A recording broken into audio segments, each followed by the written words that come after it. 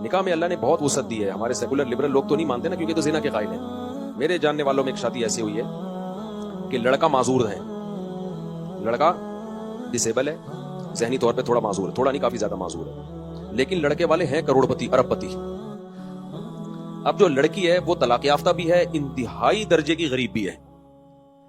تو اس لڑکی نے خود ہی اس معذور سے شادی کی ہے. کیوں کی ہے شادی؟ میرے پاس یہ کیس آیا تھا. لڑکے کی ماں نے کہا ہمارا بیٹا معذور ہے لیکن ہم نے شادی کرنی ہے کیونکہ اس میں ڈیزائرز ہیں, بالغ ہو گیا, پتہ چل جاتا ہے نا ماں باپ کو, بھائی اس میں خواہش بہت زیادہ ہے, تو اب ہم کہاں شادی کریں؟ میں نے کہا جو راضی ہو جائے اس سے کر دیں, جو راضی ہو جائے, دھوکہ نہ دے کسی کو, اور لڑکی کو بھی دھوکہ نہ دیا جائے. ایسا نہ ہو کہ باپ پہنا دے کہ چلو. تو ان کے لیے ایک رشتہ آیا کہ انتہائی غریب لڑکی, طلاق یافتہ بھی, تو صورت کی بھی کوئی اچھی نہیں تھی. تو اس لڑکی کے ماں باپ, اس لڑکی والے اپنی بیٹی کو لے کے گھوم رہے ہیں, کوئی ان کو صحیح آدمی مل لینا شادی کے لیے. تو لڑکی سمجھدار ہے, طلاق یافتہ ہے, بچے بھی ہیں اس کے, تو لڑکی راضی ہو گئی. کیوں راضی ہوئی؟ بھائی میں انتہائی غریب گھرانے کی ہوں, تو مجھے میرا شوہر تو نہیں پالے گا, لیکن ساس سسر مجھے, وہ تو مجھے گھر میں اتنے بڑے بنگلے میں ٹھکانہ مل جائے گا, تو کوئی بات نہیں, میں شوہر کو سنبھال لوں گی, کوئی بات نہیں, لیکن مجھے ایک ٹھکانہ مل جائے گا. تو لڑکی کے ماں باپ نے بھی سوچا ہماری بیٹی گھر گھر دھکے کھاتی پھر رہی ہے, کبھی اس کے گھر ملازمت, عزت بھی محفوظ نہیں ہے, تو اسلام نے بہترین حل دیا ہے. بھائی اگر آپ کو کوئی رشتہ ایسا لگتا ہے کہ آپ سمجھتے ہو کہ آپ کے لیے بہتر ہے, تو آپ کر دیں شادی اس کی. تو انہوں نے شادی کر دی, وہ خوش ہے الحمدللہ, کیونکہ اس کو ایک بڑا گھر مل گیا, اچھا خاندان مل گیا. تو اور اس لڑکی سے کوئی بھی نارمل آدمی شادی کے لیے تیار نہیں تھا.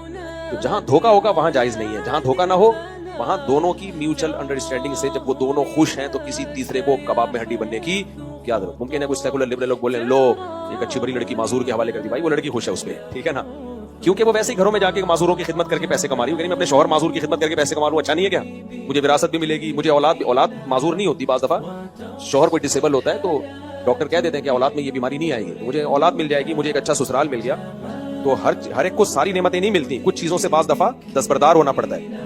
تو میرے پاس آیا کیس, میں نے کہا بھائی جب لڑکی بھی خوش ہے اور آپ لوگ بھی اس لڑکی کو ایکسیپٹ کر رہے ہو, تو لڑکی کی بھی عیش ہے, مزے ہیں بھائی, ورنہ وہ مجھے پتا تھا وہ بیچاری گھر کے دھکے کھا رہی تھی. ہمارے لبرل لوگوں کے پاس تو یہی ہے کہ بس اس کو کہیں ماسی بنا دو, اور کوئی حل ان بیچاروں کے پاس ہے. ان کی تو نہ تعلیم کے پیسے, ان کے پاس کچھ بھی نہیں ہے, اور اگر تعلیم حاصل کر بھی لے تو ڈیزائرز تو لڑکی میں بھی ہے نا, خالی تعلیمی ہر چیز کا علاج تھوڑی ہے, خواہشات تو اس میں بھی ہیں. تو زنا کی طرف جائے گی, پبلک پراپرٹی بنے گی وہ.